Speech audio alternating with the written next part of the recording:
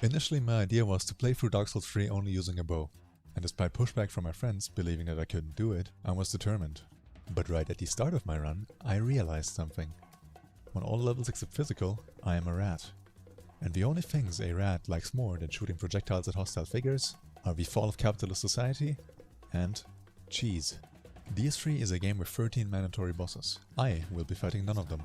Welcome to Dark Souls 3, 1 bow, 0 FX. Okay, 3, 2, 1, let's jam.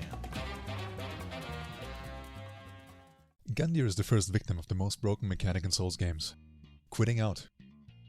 By edging his arena, he starts the fight, but I do not. And while fog gates might be solid and impassable for the player, just like with most things in life, arson is a quick fix. And phase 2 gets dispatched by means of archery. That is 1 down, 12 to go.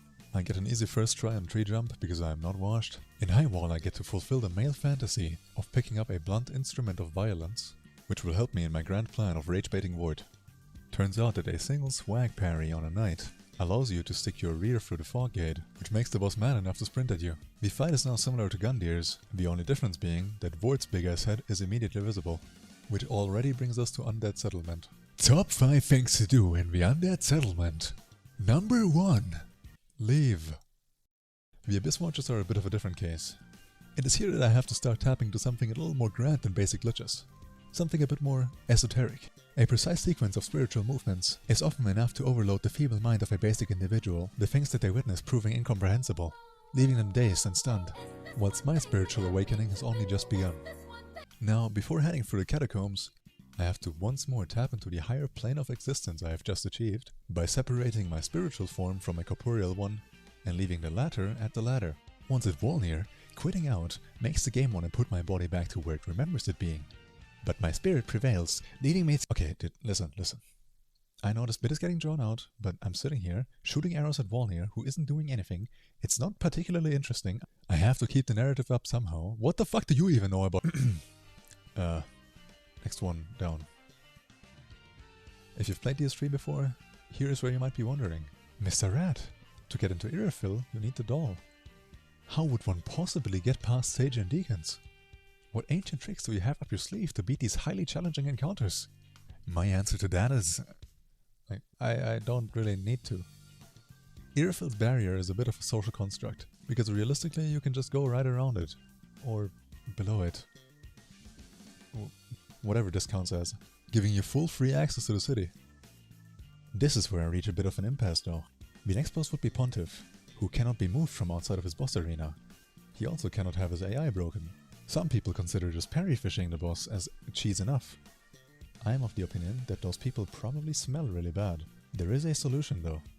It's time to tap into a forbidden technique. While this might be an any percent run, I need to enter the DLC. The knowledgeable Dark Souls 3 player will notice though, the DLC entrance is behind Sage. How do we get past Sage? Well, the solution here would be Sage Skip, which is honestly way too fucking hard for what it actually does, and which I was only able to luck into after 30 minutes of bashing my head against the wall, just to then realize that I wasn't actually recording. Just act like the footage on screen is mine. I cannot be bothered to try again. I do have another more serious confession to make though.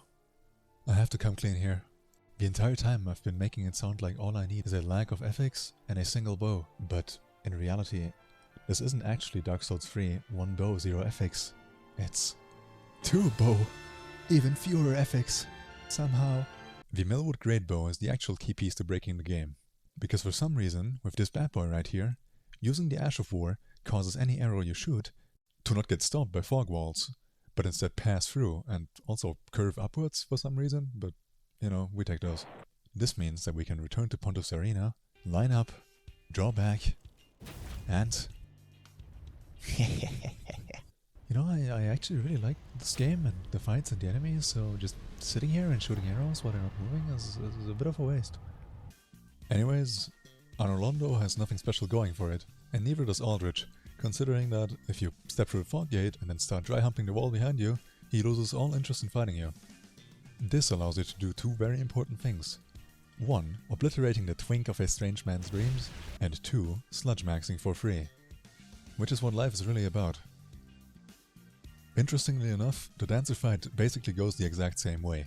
Which also means that this would be a great solution to killing Dancer early, so long as you don't try doing that with a +0 short bow at around soul level 10, leading you to not having enough damage, running out of arrows and looking like an idiot.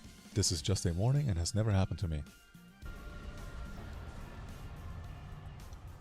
The trick to beating Dragonslayer Armor though is a bit more interesting and probably my favorite one in the entire run, because in order to cheese him, we need to go online and invade a guy. Then trigger the boss fight. And once we've invaded someone, we leave. Shoutouts to Niblet, you're probably mega confused, but with the power of friendship we've successfully rage-baited yet another boss. And from here on out, it's just standard millboy. What the fuck? See, now Yhorm is a strange case, because while there's technically a glitch to get infinite arrows, so he's technically possible since lining up and shooting him is pretty easy, I'll just brush past that. It's a gimmick fight anyways. Save yourself some time, pick up the Storm Ruler, be a man, go out and experience life. I don't know, I don't want to shoot arrows for 20 minutes. Is that so bad? In the Grand Archives, I kinda got bored and cranked up my game speed. In case you couldn't tell, just wanted to mention that. Oh dear. Another dog. A fun fact about Lorien is that if you are good enough at archery, you can actually lobotomize him instead of killing him. No, I'm serious, look. And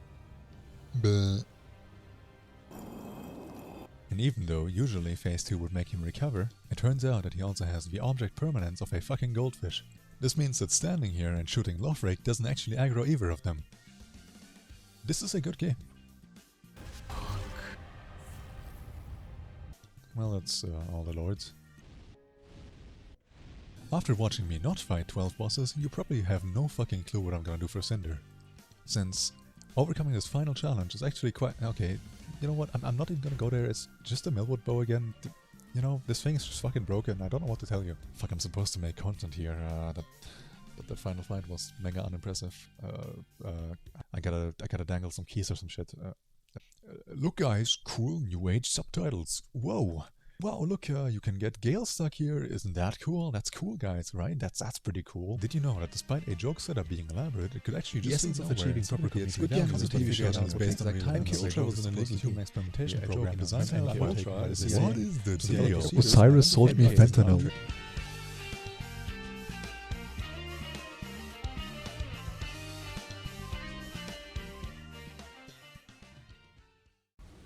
Stagger again, there we go. See, this was like totally okay. You had to say something!